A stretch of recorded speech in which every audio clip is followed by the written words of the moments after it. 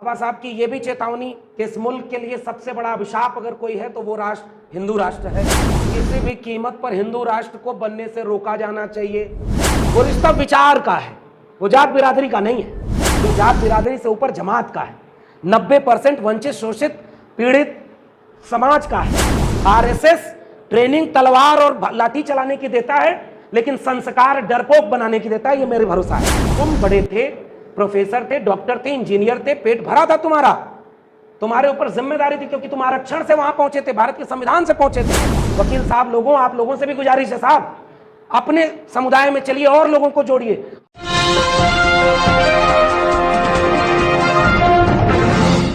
बामसेफ द्वारा प्रायोजित all bar association द्वारा आयोजित डॉक्टर बाबा साहब अम्बेडकर जी के 28 जून 1922 को ग्रेस यूनिवर्सिटी लंदन से बैरिस्टर की पदवी प्राप्त होने के अवसर पर ये जो बैरिस्टर शताब्दी वर्ष मनाया जा रहा है, उसके तत्वावधान में और आज 26 जुलाई जो छत्रपति शाहू जी महाराज के द्वारा लगभग 125 साल पहले आरक्षण लागू किए जाने के चलते आरक्षण दिवस के रूप में मनाया जाता है। इस दोनों के तत्वावधान में आयोजित इस सभागार में मौजूद सभी सम्मानित लोगों, मंच पर बैठे हुए विशिष्ट अतिथियों, आप सभी का आभार। मैं तो श्रोता बन के आया हूँ इस कार्यक्रम में। बाबा साहब का बैरिस्टर होना, उनकी अगुवाई में भारत के संविधान का ड्राफ्ट बनना, भारत का संविधान लागू होना, उसकी पृष्ठभूमि में छत्रपति शाहू जी द्वारा 125 साल पहले एक इतना बड़ा काम कर देना कि जिस देश में सैकड़ों साल से आरक्षण एक ही जाति को मिल रहा था, उस जाति के बिना जितने लोग आ रहे हैं उन्हें 50% आरक्षण लागू कर दिया। ये काम करने वाले पहले शख्स थे छत्रपति शाहू जी महाराज। उसकी पृष्ठभूमि में फिर भारत के संविधान में आरक्षण को लागू किया जाना, और संविधान लागू होने के बाद बाबा साहब का ये कहना कि हमने एक व्यक्ति एक वोट का अधिकार तो दे दिया, लेकिन ये राजनीतिक बराबरी तब तक कोई अर्थ नहीं रखेगी जब तक सामाजिक और आर्थिक बराबरी समाज में नहीं आएगी। बाबा साहब की ये चेतावनी कि ये संविधान केवल कागज का पुलिंदा मात्र रहेगा अगर इसे लागू करने वाले लोग ठीक नहीं हुए। बाबा साहब की ये भी चेतावनी कि इस मुल्क के लिए सबसे बड़ा अभिशाप अगर कोई है तो वो राष्ट्र हिंदू राष्ट्र है। वो स्वतंत्रता, समानता और बंधुत्व विरोधी है। वो लोकतंत्र से मेल नहीं खाता है। किसी भी कीमत पर हिंदू राष्ट्र को बनने से रोका जाना चाहिए। ये चेतावनी बाबा साहब के सफर को आगे ले चलने के लिए तमाम लोग उस मिशन मूवमेंट में शामिल हुए, और आज 2022 में हम यहां बैठे हुए हैं। मैं इन सब के बीच में अगर कोई रिश्ता खोजने की कोशिश करता हूं तो ऐसा लगता है कि हमारा रिश्ता तो है, और हमारा रिश्ता 2000-3000 साल पहले तक का है।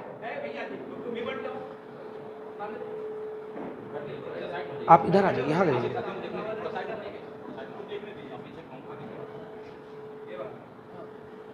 तो ये जो रिश्ता है वो तथागत बुद्ध से आज तक लड़ने वाले हर एक व्यक्ति के साथ जुड़ता है, जो विचार से जुड़ता है। तो इस रिश्ते में मैं बस इतना खोजने आया हूं कि आज हम कहां खड़े हैं। भाई इतने लोग तो इस पूरी विरासत के चलते मिल गए कि अब मंच पर भी बैठते हैं। कोई भी जगह ऐसी नहीं है पूरे देश की इस समय, और देश नहीं दुनिया की, जिसमें इन महापुरुषों के वारिस न हो। और वैचारिक वारिस की बात कर रहा हूं, जाति वाले की नहीं जिसको प्रधानमंत्री बना दिया जाए, राष्ट्रपति बना दिया जाए। वैचारिक लोग, क्योंकि आज इस सभागार में भी जितने लोग हैं ये वैचारिक लोग मैं इन्हें मानता हूं। तो हम बहुत पीछे थे, वहां से यहां तक तो आ गए और ताकत मिलती हमें एक दूसरे से। और एक बात समझते हैं, जो वही एक रिश्ता है जिसकी बात मैं कर रहा हूं, बस यही बात मुझे करनी। वो रिश्ता विचार का है, वो जात बिरादरी का नहीं है। जात बिरादरी का होता तो हमारी जात बिरादरी के बहुत बड़े बड़े लोग तो बहुत बड़ी बड़ी जगहों पर हैं। तो वो जो विचार का रिश्ता है उसकी वजह से हम जुड़ते हैं। और ये विचार का रिश्ता जब विचारधारा का संकट है, हिंदू राष्ट्र का खतरा जो बाबा साहब ने बताया था वो आपके सामने है, सारा कुछ हमारे सामने है। उससे हमें बचाएगा कौन? एक तो हमारा ये रिश्ता हमें बचाएगा जो जात बिरादरी से ऊपर जमात का है, 90% वंचित शोषित पीड़ित समाज का है, जिसको चौधरी छोटू राम कहते थे 90% कमेरा लोग हैं और 10% लुटेरा लोग हैं। ये 90% में जाति थोड़ी है। जो श्रमजीवी है, जगदेव बाबू कहते थे उन्हें श्रमजीवी, बाबा साहब उसे डिप्रेस क्लास कह रहे हैं। सारे लोग मिलकर के वो 90% जो लोग हैं वो एक रिश्ता है। और आखिरी सवाल मेरा, बस यही सवाल रख रहा हूं, बाकी वक्ताओं को सुनेंगे। तो जो खतरा है उससे बचाएगा कौन हमें? और खतरा क्या है? खतरा यह है कि जिन्हें रक्षा करने की जिम्मेदारी सौंपी गई थी वही भक्षण कर रहे हैं, रक्षक भक्षक बन जाएगा। आप वकील साहब लोग हैं, हमारे गांव में कहा जाता है कि अगर घर में अस्पताल और कचहरी का चक्कर पड़ जाए तो परिवार बर्बाद हो जाता है।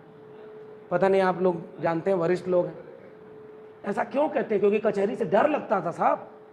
कौन मुकदमा लड़ेगा हमारा? कौन जाएगा वहां रोज? हमारे लोग नहीं है। झूठा मुकदमा फंसा करके जेल में डाल रहे हैं लोग। कोई कुछ भी बोल दे, हमें पता ही नहीं। अब जब आप लोग बैठे हैं, मैं अयोध्या गया, वहां पे 40-50 वकील लोग आ गए और सारे अपने ड्रेस में आ गए।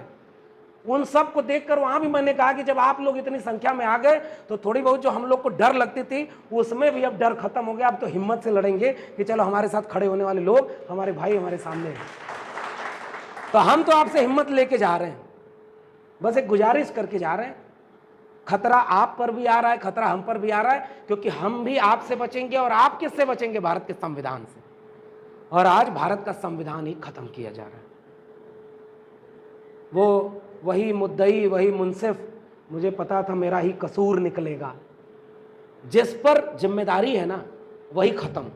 और अगर हम संविधान नहीं बचा पाए ना साथियों, हम अपनी जात बिरादरी बचा भी लिए, हम अपना घर बचा लिए बुलडोजर चलने से, हम अपनी खेत बाड़ी बचा लेंगे समझौता करके, झुक जाएं जाके सत्ता की दलाली करने लगे। हमारे आसपास के लोग कर रहे हैं। इधर सम्मान नहीं मिल रहा है तो कह रहे हैं यहां सम्मान नहीं मिला वहां जाएंगे, दुश्मन के पास चले जाओगे। वैचारिक दुश्मन की बात कर रहा हूं। सब बच सकते हैं, जो झुक जाएगा वो बच जाएगा। लेकिन केवल मेरी चिंता इस मंच पर, चूंकि ये बात की जा सकती है, इसलिए बस यही आपसे अपील करके जा रहा हूं, कौन सा ऐसा रास्ता हो सकता है जिससे हम भारत के संविधान को खत्म होने से बचा सकें?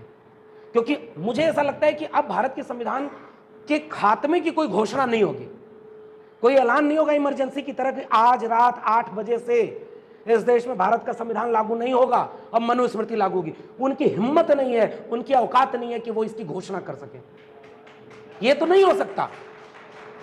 लेकिन वो शातिर हैं। आरएसएस ट्रेनिंग तलवार और लाठी चलाने की देता है, लेकिन संस्कार डरपोक बनाने की देता है। ये मेरे भरोसा है। वो डरपोक लोग हैं, सामने से आपसे नहीं लड़ेंगे, वो पीछे से आपके खिलाफ खड़े होंगे और आपके खिलाफ आपके लोग को खड़ा करेंगे। तो ये भूल जाइए कि संविधान के खात्मे की कोई घोषणा होने वाली है। संविधान रहेगा, उसकी शपथ भी ली जाएगी, उसके सामने माथा भी टेका जाएगा और संसद में खड़े होकर कहा भी जाएगा कि बाबा साहब न होते तो मैं भारत का प्रधानमंत्री नहीं बनता। लेकिन भारत का संविधान नस्त नाबूद करने के लिए फैसले लिए जाएंगे। इस बात को आम जनता को कैसे समझाएं? आम जनता को नहीं पता है साहब कि भारत के संविधान से उन्हें क्या क्या मिला है। हमारे पढ़े लिखे लोगों को तो पता ही नहीं, हमारे प्रोफेसरों को तो पता ही नहीं। हम गांव के लोगों को क्या समझाएं? 5 किलो अनाज पर 500 रुपए पर वोट दे रहे हैं और हम उनको गाली देते हैं। उनको क्यों दे रहे भाई? जिसकी जिम्मेदारी थी, हमारे जैसे प्रोफेसरों की जिम्मेदारी थी, हम लोग नकारे रहे। अब जो चुनौती है, क्या हम अपनी जनता को समझा पाएंगे? कैसे समझाएं? नितिन साहब अभी बोल रहे थे, बाम सेब के तत्वावधान में उन लोगों ने यह मिशन शुरू किया कि ऐसे सम्मेलन पूरे देश में करेंगे। नीरज भाई से बात होती है, सुमित चौहान जी आए हुए हैं और इस मंच पर बैठे हुए तमाम सम्मानित लोगों, मेरी गुजारिश है क्या हम इसे आसान बुकलेट में, आसान पर्चा बनाकर, एक जन आंदोलन बनाकर गांव गांव जाकर क्या लोगों को समझाने में सक्षम होंगे कि भारत का संविधान है तो क्या मिला है, नहीं होगा तो क्या नहीं मिलेगा? अगर ये समझा ले गए तो यही हमारी जिम्मेदारी है।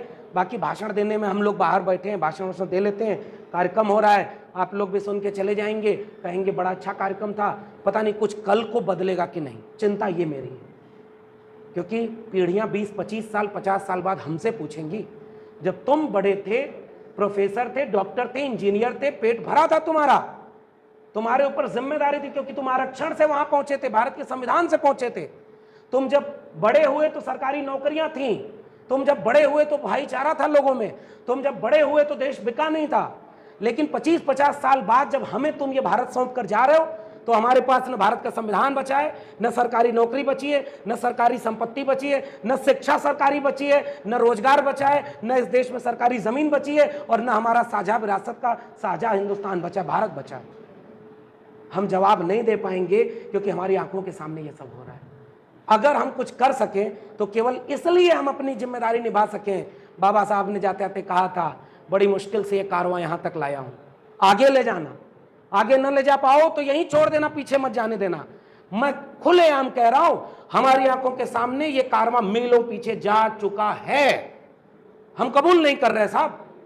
अगर इस सम्मेलन के बाद या ऐसे सम्मेलनों से, वकील साहब लोगों, आप लोगों से भी गुजारिश है साहब, अपने समुदाय में चलिए और लोगों को जोड़िए, हम प्रोफेसरों को जोड़ें, डॉक्टर इंजीनियर को जोड़ें, और सब मिल करके इसी लखनऊ में अगर एक बड़ा कार्यक्रम कर लें कुछ दिनों बाद, संविधान बचाओ देश बचाओ।